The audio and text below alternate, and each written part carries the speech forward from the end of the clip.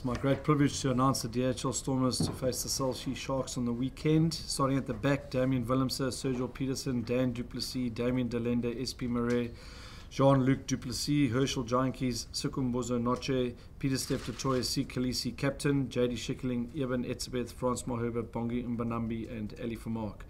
On the replacements bench is Skara Ntabeni, Corne Ferrie, Wilco Lowe, Chris Van Zyl, Jaco Kutsia, Justin Phillips, Ruan Null, and Dylan Leitz.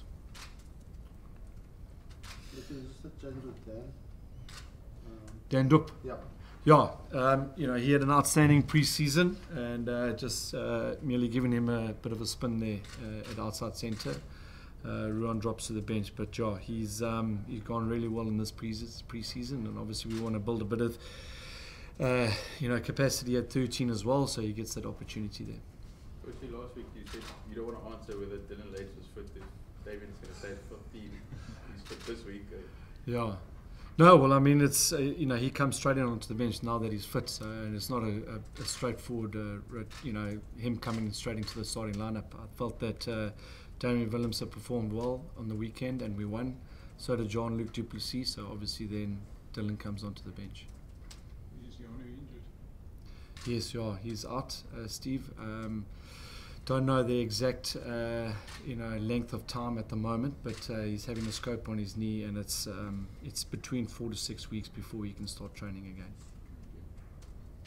Rob, maybe just a word on Eben starting all of a sudden. That pack looks a lot stronger, and it's a lot of Springboks in there as well. We played last year. Yeah, on paper it certainly does look stronger, doesn't it? I felt that, I think we spoke about it after the game, Evan's presence and the impact that he had for 30 minutes against the Lions.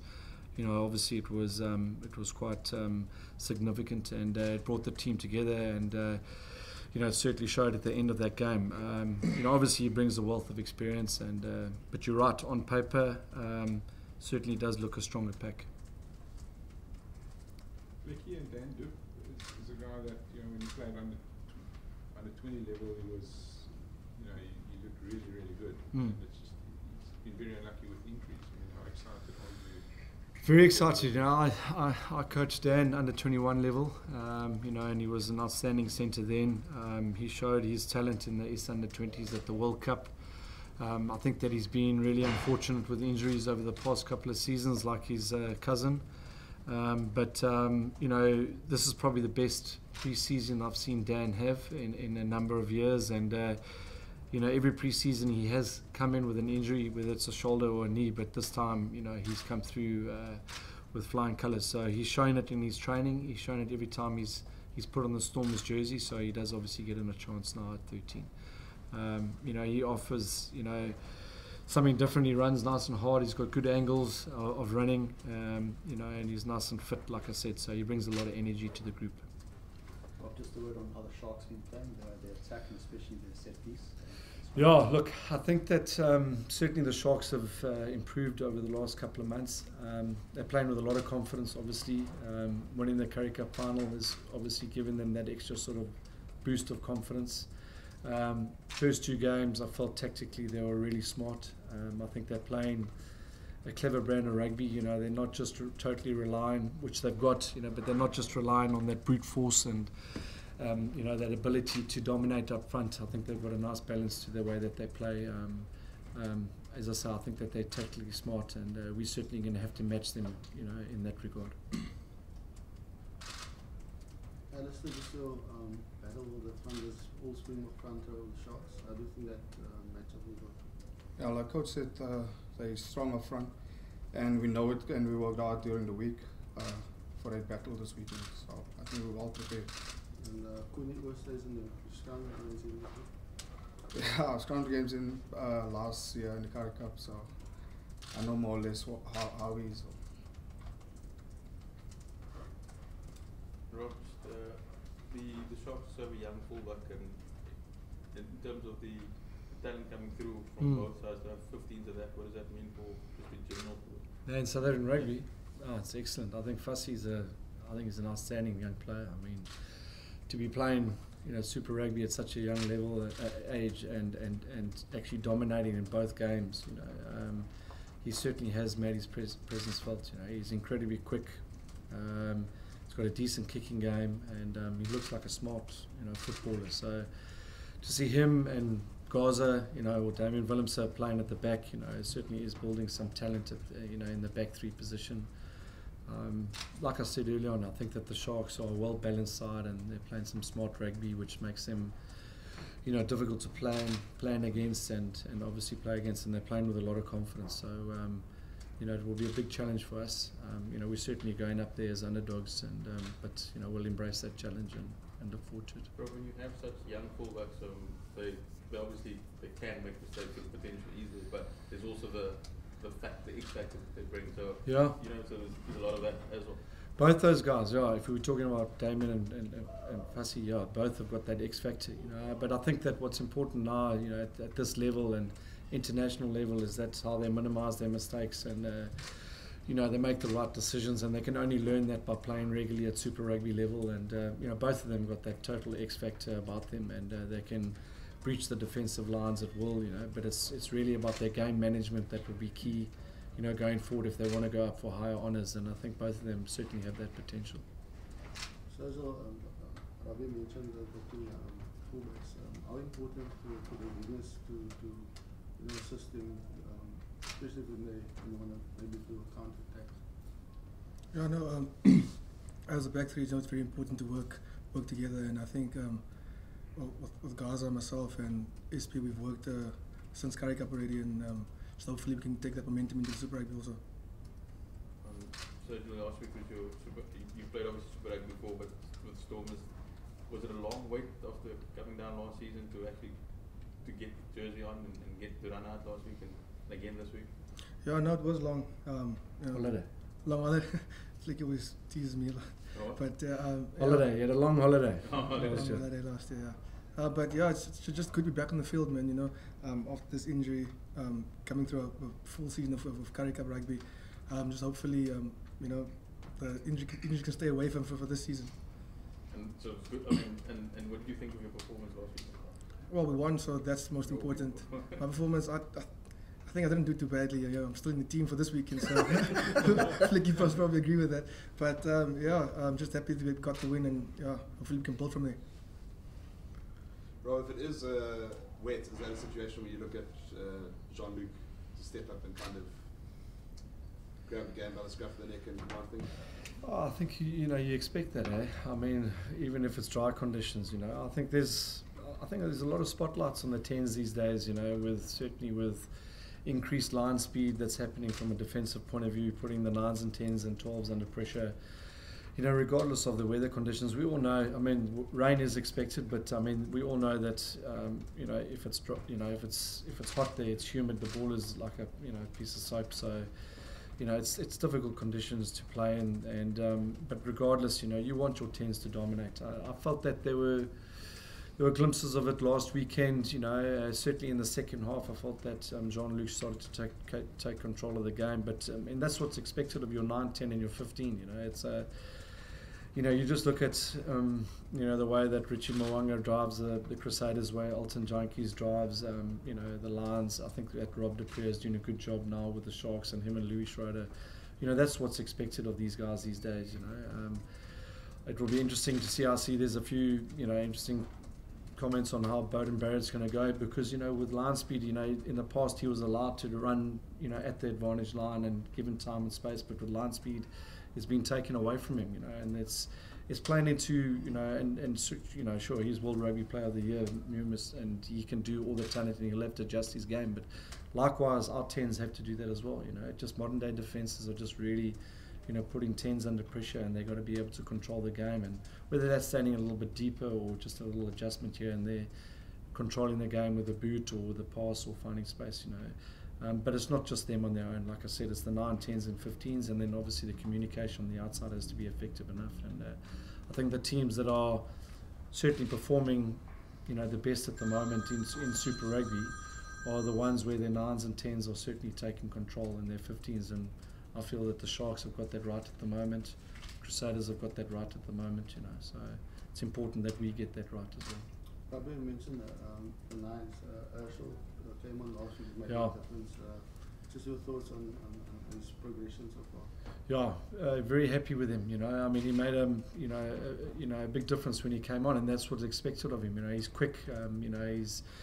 He tests the defences around the edges, and he scored an outstanding try. But for us, you know, it was that ability to get the ball away nice and clean and quickly, and gave us outside backs a bit of space.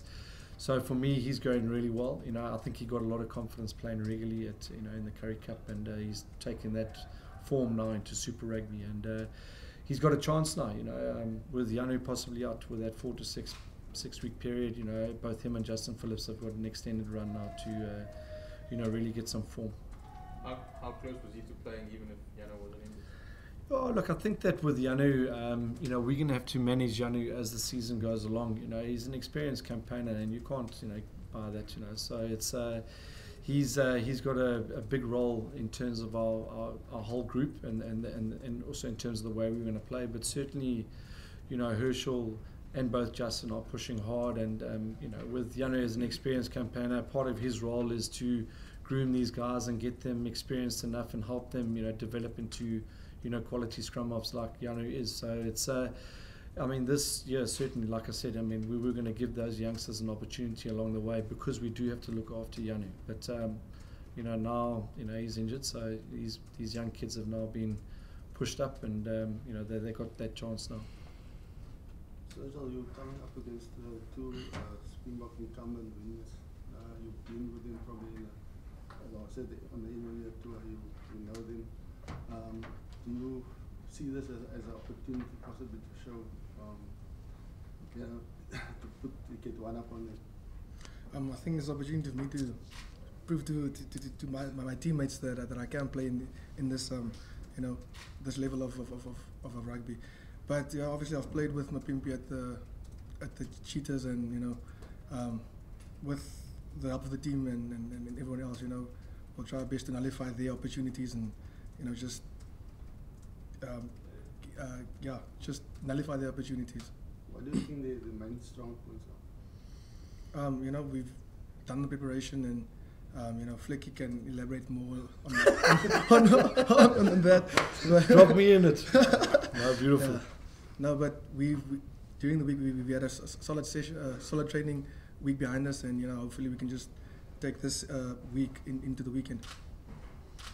Ali, did you expect to get these opportunities early on? So obviously with Stephen out, how do you feel about the opportunities that you are getting? No, obviously I'm grateful for the opportunity, and like Flecky mentioned, we had a good pre-season last year, and it was probably one of my first pre-seasons I wasn't injured. I got through it all season, so yeah, I've worked hard for the opportunity. And I'm sorry for Stephen's injury, but I think I was ready if he got injured, so played for an opportunity. Dobbo, last year, Russell Winter, every now and then they dropped in, so they believe you can make it to national level. Is that the goal that you've set for yourself? As a young rugby player in South Africa, your goal and your dream is to play for the Springboks at the end of the day. That's why we play rugby. But for me, myself, it means a lot for me to see that the coaches have all the confidence in me, and it helps me as a player as well. You're also one of those guys, you had to go away first before you came back to province. You hung in there kind of. Yeah, I've been here for almost 10 years now. Yeah, I was here, played my under 19, under 21 rugby, and I went away. Boland came back again, and I've been here ever since. All right. Any more questions? Adnan, you got another question? Yeah, just on the scrummaging, you're not the bigger guys. Do you pride yourself in your technique? Because you're able to stand your man and do more than that. Well, obviously, if you play prop, you must have good technique, but it also helps if your whole picks scrums with you, and we've got a nice understanding how to scrum with Bongi and Falco and Frans, and our back five would even in all the Springboks, so they bring the power from behind. All I have to do is just keep my position straight and keep the back straight. Yeah, keep my back straight. Thanks. All right. So yeah. Did you feel that you came in from the side last week? Yeah. I can give you feedback on that. There's no penalty there, and that's a legit clean. Has the yellow card been rescinded? No, but I mean it's from our side certainly it was perfect clean. But was that the feedback from SARu? They say rugby that it wasn't a penalty. Was that From chatting with the referee's feedback, yeah. with Mark Lawrence? Yeah, with the referee, yeah. The referee. Yeah. What is the actual rule there? How far can you clean? No, so you can't clean beyond the coffee table. So if that's how they describe it. So you can't go beyond the coffee table, the length of a coffee table. So the first clean, Kwaka was actually connected to the breakdown. So he was allowed to be clean. I think that just obviously it looked beyond, so maybe a fair penalty on that, but certainly the one on the try line was a fair clean. He comes in from through the gate and cleans a guy who's joined. So it's perfect technique from Ali Vermaak. That's why I was in the team again. Is it something that you enjoy doing? Obviously, the way you flew in there. So obviously, some of the techniques we trained during the week, cleaning and stuff, so I just went on the reading again. He actually got man of the match in terms of that. Seriously. Seriously. From our side. Flecky, I mean, how does it, do you guys chat to Egan afterwards, or do you give your, does he now review the game himself and then he tells you? Absolutely, Steve, yeah. So look, I mean, there are lots of, with every referee we are involved pre-match and post-match, and usually we get to chat to them on a Monday and Tuesday afterwards, and we go through the game. He's obviously got to do his review, and he does it with his superiors. And then obviously what we want is just, good, honest feedback, and which we get regularly from the referees. So it's a good system in place. Certainly if there's some issues that we want to raise, we do through it, the protocols, and we do it either through Mark or through Lyndon Bray, but also we'd like to engage with the referees themselves. So we want to see their point of view, which is important, because seeing things live is obviously very different to when you obviously have hindsight of a video analysis. So it's a good process, and we were certainly comfortable, with the way we discussed things with Egan this week. Do you think it vindicates the Stormers in a way as well, because from the lines, or certainly on the Super Sport analysis, Nick Mallett pointed to a penalty that you didn't get towards the end, that you got that. We got the turnover. Yeah, look, I mean, we didn't discuss that, to be fair, Stephen. We just, there's certain points that we will raise. That wasn't one of ours. Certainly, if a situation like that arises, we'll just want clarity on the ruling. So, but we'll deal with, Lyndon Bray and Mark Lawrence on those issues. That's. And that's how we go. We don't deal with it in any other way. So we'll just ask for a ruling on something like that. From our side, if you talk about the Vermaak clean, from certainly it was a perfect clean, and we had those discussions with the Egan post. Should we not then have the card rescinded? Is that not something that? Well, Steve, we're not chasing that. Hey, I mean, it's look, the game is done. We're just looking forward to it now. As I say, Ali got awarded for being the best man in that regard. So long may he continue in that role. Ali, do you feel good nevertheless? You probably always knew it wasn't a yellow card, but yeah, felt disappointed at the moment for the yellow card, but yeah, part of the game. All right, Lloyd, got a question? Last one. Yeah, just a slightly different subject, Rob. As a former BOC, can you talk a bit about this proposed World League and what it would effectively mean to be the death of tours and inbound tours, and a rugby championship with 6 teams, and just that kind of change? I mean, the feeling amongst the players and you guys at the moment about what that change might look like? To be fair, look, I haven't read that article yet. I mean, I saw just the highlights of it, but to give a fair comment on it would be, I just want to see exactly what the proposal is.